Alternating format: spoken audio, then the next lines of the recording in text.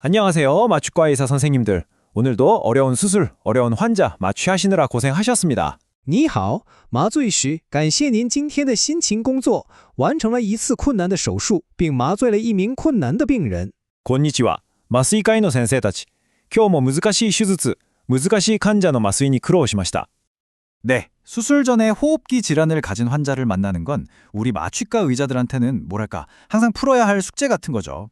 왜냐하면 이게 수술 후에 생길 수 있는 폐합병증, 그러니까 Post Operative Pulmonary Complication, PPCS라고 하죠. 이 PPC로 인한 이환율과 사망률에 우리가 아는 마취가 직접적인 영향을 미치기 때문입니다. 그래서 오늘 이 시간에는요, 특히 폐쇄성 폐질환 환자의 마취 관리에 대해서 최신 지견과 임상적인 핵심 포인트들을 중심으로 아주 깊이 있게 다뤄보려고 합니다.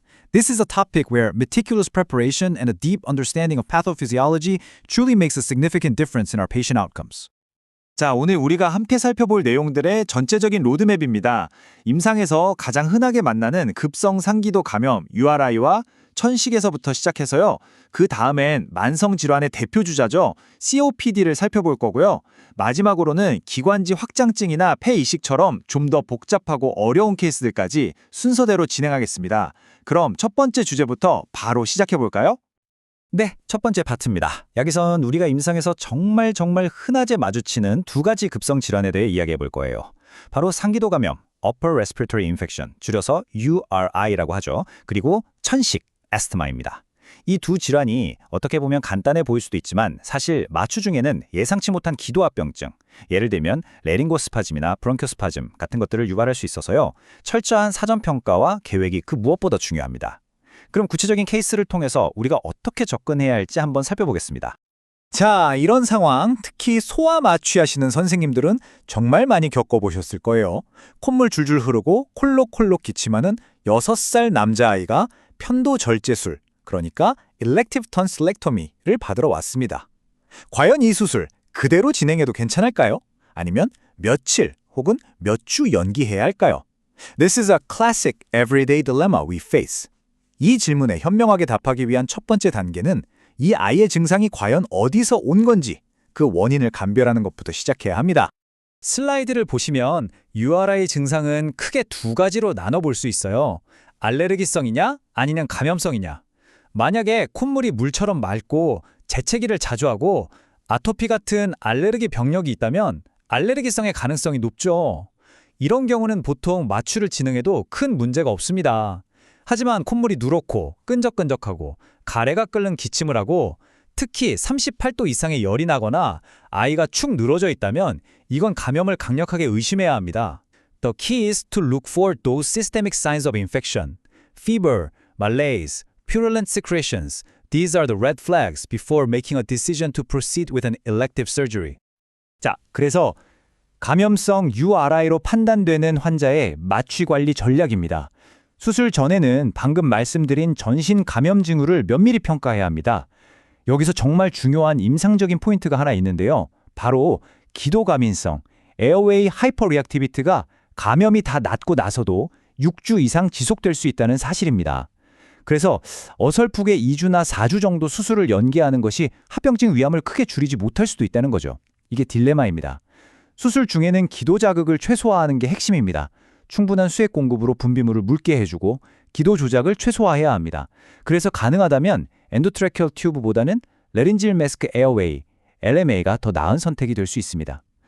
Post-operatively, you must be mentally and physically prepared for common respiratory complications. 후두 경련, 기관지 경련, 산소 포화도 저하 같은 것들이 흔하게 발생할 수 있으니 미리 대비하고 있다가 신속하게 대처해야 합니다. 이제 다음 주제인 천식으로 넘어가 보겠습니다.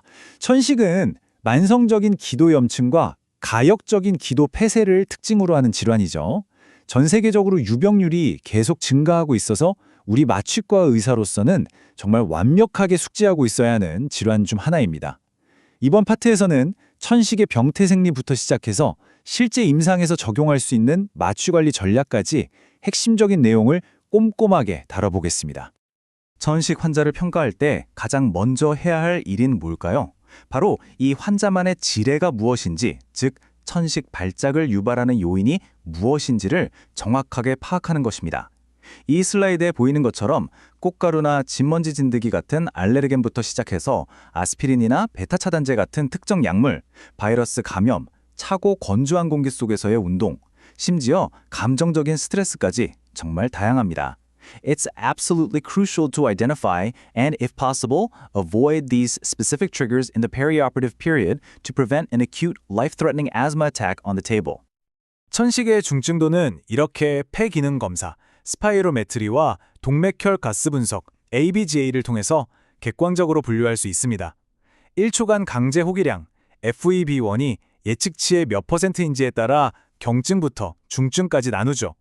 여기서 선생님들이 정말 주목해서 보셔야 할 수치가 바로 PaCO2입니다.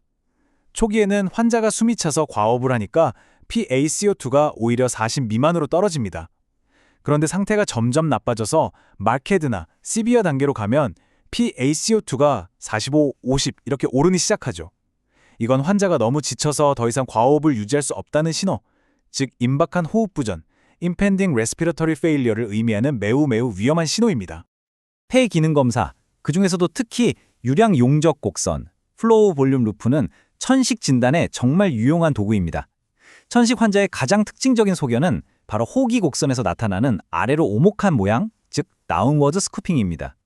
숨을 내쉴 때 좁아진 기도를 공기가 통과하면서 속도가 급격히 감소하는 것을 시각적으로 보여주는 거죠. 마치 미끄럼틀처럼 쭉 내려오는 모양을 상상하시면 됩니다. This specific pattern is the very hallmark of obstructive airway disease like asthma. 이 플로우 볼륨 루프의 모형은 기도 폐쇄가 어디에 있는지를 감별하는 데에도 아주 중요한 단서를 줍니다. 예를 들어 성대마비처럼 흉곽 바깥쪽, 즉 extrathoracic aOA에 폐쇄가 있다면 숨을 들이쉴 때 기도가 좁아져서 흡기 곡선이 평평해집니다. 반대로 천식이나 기관 연화증처럼 흉곽 안쪽 intrathoracic aOA에 폐쇄가 있다면 숨을 내쉴 때 흉곽 내 압력 때문에 기도가 더 좁아져서 호기 곡선이 평평해지죠. 이처럼 뚜렷한 패턴의 차이를 이해하면 천식과 다른 원인을 감별하는 데 큰 도움이 됩니다. 동맥혈 가스 분석 결과의 진행 과정을 보면 천식 악화의 심각도를 실시간으로 파악할 수 있습니다. 이게 참 흥미로운데요. 초기 발작 시에는 환자가 숨이 차서 헐떡이니까 과호흡으로 인해 오히려 저탄산혈증, 하이퍼카피미아와 호흡성 알칼리증이 나타납니다. 하지만 상태가 계속 악화돼서 FEV1이 예측치의 25% 이하로 떨어지면 환기 관류 불균형, 즉 VQ 미스매치가 심해지고 호흡근이 지치면서 결국 저산소혈증, 하이퍽시미아와 고탄산혈증, 하이퍼카피미아가 발생합니다. Please, I want you to remember this. A normalizing or rising PaCO2 in a patient who is struggling to breathe during an acute asthma attack is an extremely ominous sign. It means respiratory failure is imminent, and you need to act fast. 현대 천식 치료의 패러다임은 과거와는 완전히 달라졌습니다. 예전에는 단순히 기관지를 넓혀주는 약에 집중했다면 지금은 기저에 깔린 만성적인 염증을 조절하는 것이 치료의 핵심입니다. 이 표에서 보시다시피 베클로메타손이나 플루티카손 같은 흡입용 스테로이드 ICS가 치료의 근간, 즉 코너스톤이 됩니다. 알부테롤 같은 베타 작용제는 급성 증상 완화를 위해 필요할 때만 사용하는 구조약물, 즉 리스큐 메디케이션으로 역할이 바뀌었죠. The fundamental treatment strategy has profoundly shifted from simple rescue to long-term control of the underlying inflammation. 자, 수술 전에 천식 환자를 평가할 때 우리가 반드시 확인해야 할 항목들입니다. 언제 처음 진단받았는지, 유발 요인은 뭔지, 최근에 응급실에 가거나 입원한 적은 얼마나 자주 있는지 등을 꼼꼼하게 물어봐야 합니다. 이 중에서 제가 빨간색으로 강조한 것 보이시죠? 과거에 천식 때문에 기관 삽관이나 기계환기 치료를 받은 병력, 이것은 수술 중 후 합병증 발생의 가장 강력한 예측 인자이기 때문에 절대로 놓쳐서는 안 됩니다. A thorough preoperative history focusing on these specific points is our single most important tool for risk stratification and for planning a safe anesthetic. 자, 이제 실제 상황입니다. 수술 중에 환자에게서 갑자기 쌕쌕거리는 소리, 즉 위징이 들립니다. 이때 머릿속이 하얘지면서 천식 발작이다 라고 단정해서는 절대 안 됩니다. 이 표에서 보시는 것처럼 원인은 정말 다양할 수 있습니다. 가장 먼저 확인할 건 튜브가 꼬이거나 막히지 않았는지 같은 기계적인 문제들입니다. 그 다음엔 마취 심도가 너무 얕아서 환자가 깨려고 하는 건 아닌지, 혹은 튜브가 너무 깊이 들어가서 엔도브론키알 인튜베이션이 된 건 아닌지 확인해야 합니다. 심지어 폐부종이나 폐색전증 같은 훨씬 심각한 원인도 감별해야 하죠. The most crucial point for a practicing anesthesiologist is to systematically rule out these other, often simpler, causes before jumping to the conclusion of a true asthma attack. Start simple. Check your tube. Check your circuit. Then think about the patient. Okay, let's dive into our second part. 이제 만성 폐쇄성 폐질환, 즉 Chronic Obstructive Pulmonary Disease, COPD 환자의 마취 관리에 대해 집중적으로 알아보겠습니다.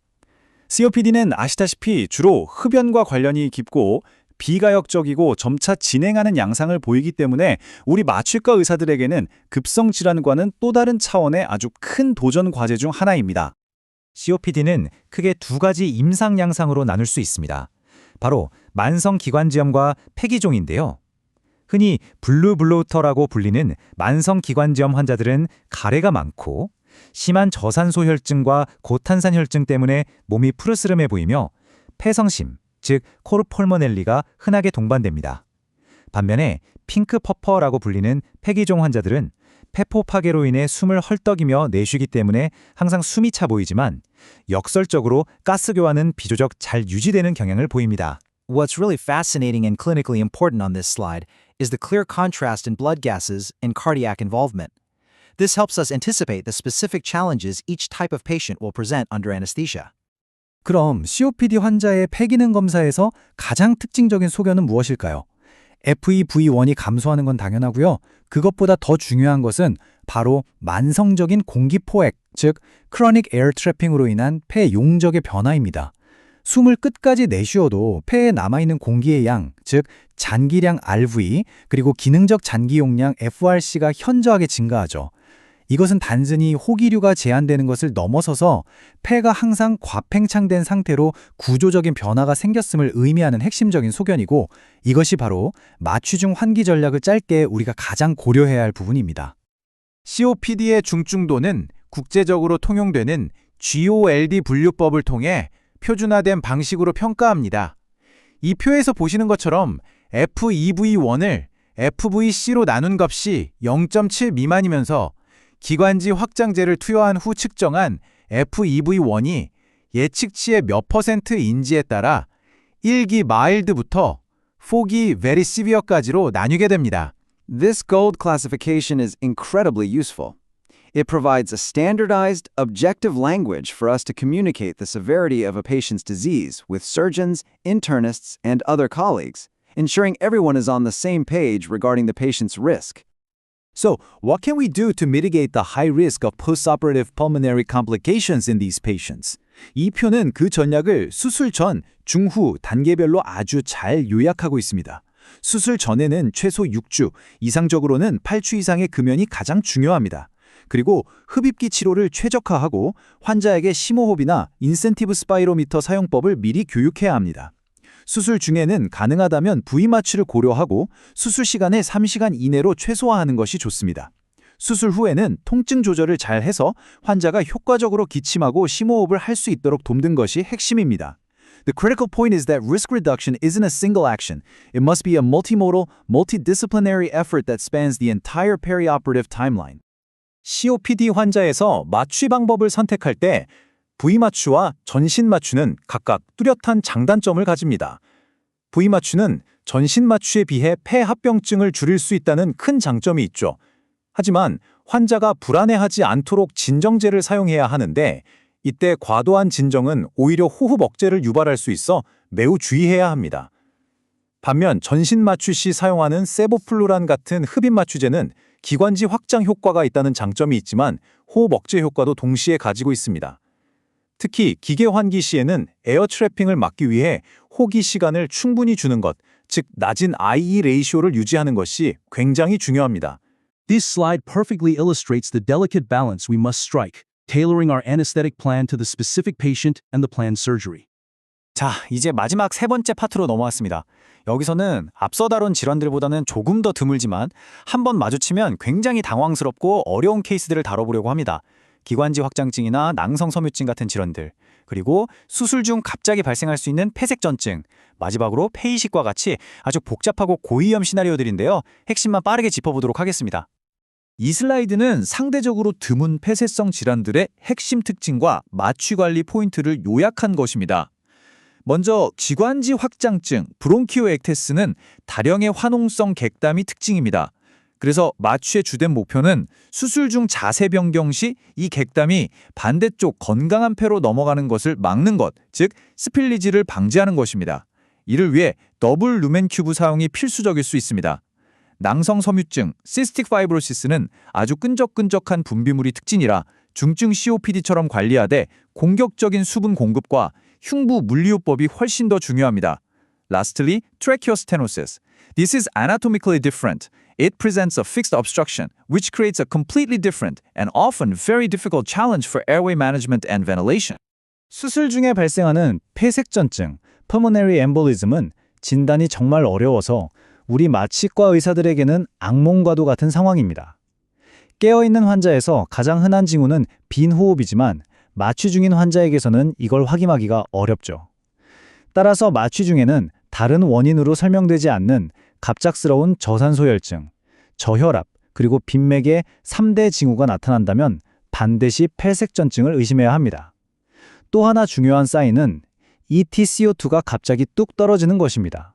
The key takeaway for every one of us is to maintain an incredibly high index of suspicion for PE in any case of unexplained, sudden cardiorespiratory collapse in the operating room. 드디어 마지막 주제인 폐이식 환자의 마취입니다.